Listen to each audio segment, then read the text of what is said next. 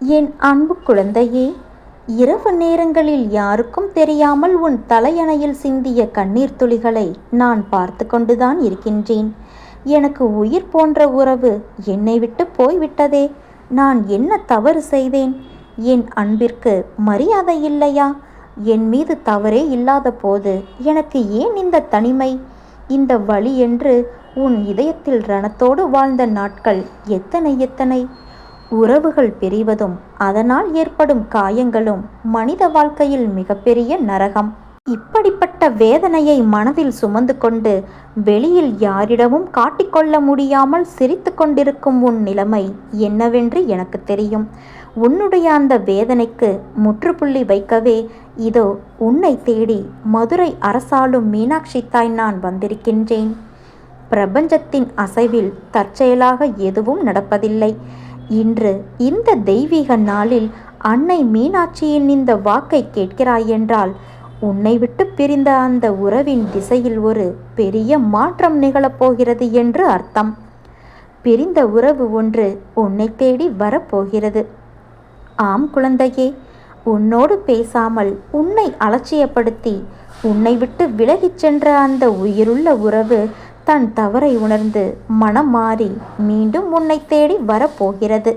ஆனால் தாய் உனக்கு வைக்கும் அன்பு கட்டளை என்ன தெரியுமா? மன்னித்து ஏற்றுக்கொள். அதை நழுவ விட்டு விடாதே.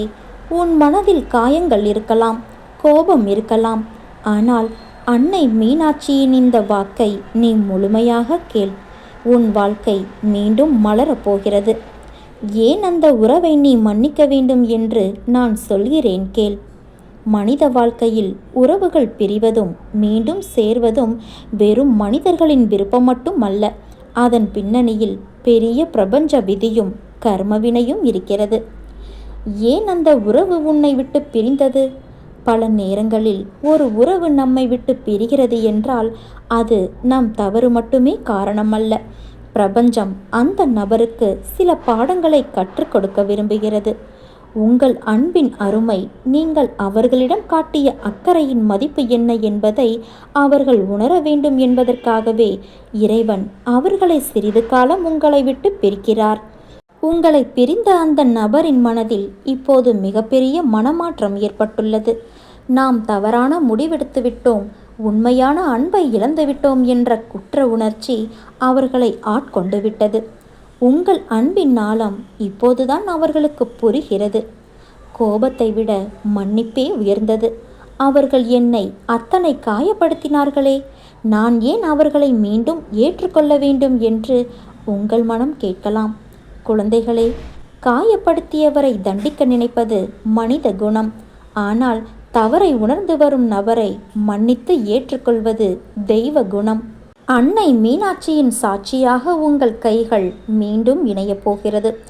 அன்னை மீனாட்சியும் சிவபெருமானாகிய சொக்கநாதரும் நமக்கு உணர்த்தும் மிகப்பெரிய தத்துவமே அன்பும் விட்டு கொடுத்தலும் தான். நாம் மதுரையில் அன்னை மீனாட்சியின் திருக்கல்யாணத்தை காண்பவர்களுக்கு பிரிந்த குடும்பங்கள் ஒன்று சேரும் என்பது ஆன்மீக நம்பிக்கை.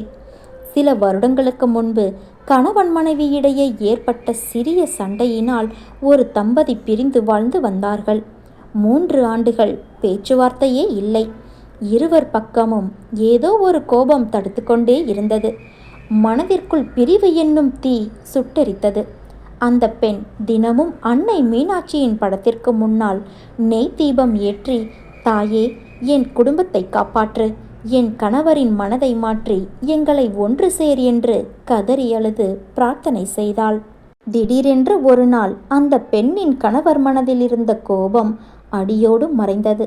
நாம் செய்தது தவறு என்று உணர்ந்து அவரே நேரில் தேடி வந்து அந்த பெண்ணின் கரங்களை பிடித்து மன்னிப்பு கேட்டார்.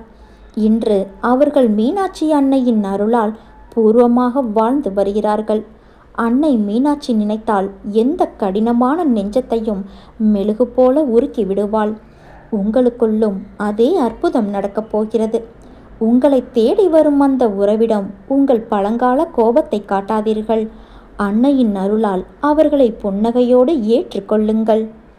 உங்களுடைய மனக்கண்ணில் உங்களை விட்டு பிரிந்த அந்த உறவின் முகத்தை நினைத்து பாருங்கள். அன்னையின் தெய்வீக கரம் உங்கள் இருவரின் கைகளையும் சேர்த்து வைப்பதாக கற்பனை செய்யுங்கள். உங்கள் மனதில் உள்ள அனைத்து கசப்புகளையும் கோபங்களையும் அன்னையின் பாதத்தில் சமர்ப்பித்து விடுங்கள். குடும்ப ஒற்றுமைக்கும் பிரிந்த உறவுகள் ஒன்று சேரவும் மீனாட்சி தாய் நிச்சயம் உங்களை ஆசிர்வதிப்பேன். உன் உச்சி முதல் உள்ளங்கால் வரை கவசமாக உன் அன்னையான நான் இருக்கிறேன். உன் தொழில் எதுவானாலும் உன் வேலையை என்னுடையதாக மாற்றிவிடுகிறேன். பார்வையும் பார்க்கப்படும் பொருளும் நானாக இருக்கிறேன். இவ்வளவாக நான் உழைத்து கொண்டு இருப்பதால் பயமேன்? பயமற்று இரு. ஏக்கம் எதற்கு? எனக்காகவே ஏங்கு. பரபரப்பு எதற்கு? என் மீதே மிக்க ஆவல் கொள். கவலை எதற்கு? எனக்காக கவலைப்பட. பரஸ்பர அனுக்கிரகத்தாலேயே நான் இருக்கிறேன். ஆத்மார்த்த அன்பு எங்கு உண்டோ அங்கு நானும் இருப்பேன். யார் வேண்டுமானாலும் எதை வேண்டுமானாலும் பேசட்டும். உன் பாதையில் நீ உறுதியாக செல்.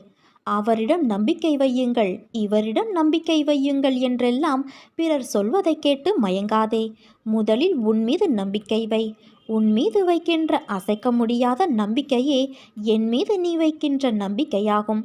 என்னால் எதுவும் முடியும் என்று சொல். நிச்சயம் அது முடியும்.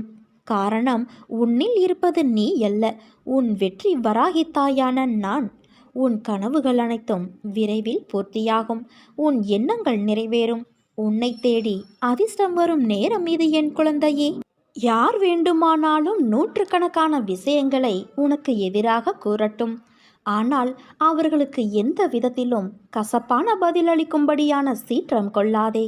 இவ்வாறான விஷயங்களை எப்போதும் சகித்து கொண்டு இருந்தாயானால் நீ நிச்சயம் மகிழ்ச்சியடைய முடியும். என் முன் படைக்கும் உணவை ஈ, எறும்பு, காகம், நாய் போன்ற வாயில்லா ஜீவனுக்கு வை. உன் உணவு என்னை வந்து நிச்சயம் சேரும். இறந்த காலத்தையே நினைத்து வேதனை கொள்வதை விட இனி வரும் காலங்களை நினைத்து நிம்மதி கொள். உன் அன்னை நான் இருக்கிறேன். உன் எதிர்காலத்தை நல்ல முறையில் உருவாக்கி தருவதற்கு. உன் வாழ்க்கையில் நான் எல்லாவற்றையும் ஒவ்வொன்றாக ஏற்பாடு செய்கிறேன். எனக்கு இதை செய்ய தெரியாதா என்ன? காத்திரு குழந்தையே. நான் சொன்னபடி நீ தேர்ந்தெடுக்கப்படுவாய்.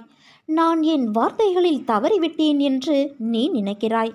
உன் செயல்முறை இதுவரை முடிவடையவில்லை. நம்பிக்கையும் பொறுமையும் கொண்டு காத்திரு. நிலையற்ற இந்த வாழ்க்கையில் உன்னோடு பலர் வருவார் போவார். உயிருக்கு உயிராக பழகுபவர்கள் கூட ஒரு நாள் விலகிச் செல்வார்கள். ஆனால் நீ எப்படி எந்த சூழ்நிலையிலும் என்னை விட்டு விலக மாட்டாயோ அதே போல நானும் உன் வாழ்வில் இறுதி வரை வருவேன். உன்னை எப்போதும் வழி நடத்துவேன். உன்னுடைய எந்த கவலையாக இருந்தாலும் அதை நீ என்னிடம் பகிரும்போது உன் மனம் கொஞ்சம் அமைதியடைகிறது. இப்போது உன் மனதில் கவலைகள் குழப்பங்களாக உள்ளன அல்லவா? அதை நான் நிச்சயம் தெளிவுபடுத்துவேன். என் பிள்ளையாகிய நீ எப்போதும் போல மனதை மகிழ்ச்சியாக வைத்துக்கொண்டு உற்சாகமாக நாளை தொடங்கு. முடிவில் எல்லாம் நன்மையாகவே இருக்கும். வருவதும் போவதும் ஏதோ ஒரு காரணத்தினால்தான் நடக்கிறது என்று மட்டும் நீ இரு. உனக்கு நன்மையே நடக்கும். ஏன் எப்போதும் எனக்கு யாரும் இல்லை என்று புலம்புகிறாய்? அந்த எண்ணம் மிக தவறானது, ஆபத்தானதும் கூட. உன்னை சுற்றியுள்ளவர்களை முதலில் புரிந்து செயல்படு.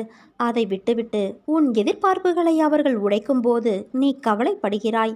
உலகில் இன்று பலர் சுயநலமில்லாமல் எந்த செயல்களையும் பிறருக்கு செய்வது இல்லை. அப்படிப்பட்டவர்களிடமிருந்து சற்று விலகி இருப்பதுதான் உனக்கு நல்லது. ஓம் ஸ்ரீ மீனாட்சி தாயே போற்றி என்று மனதார ஒரு முறை பதிவிடுங்கள்.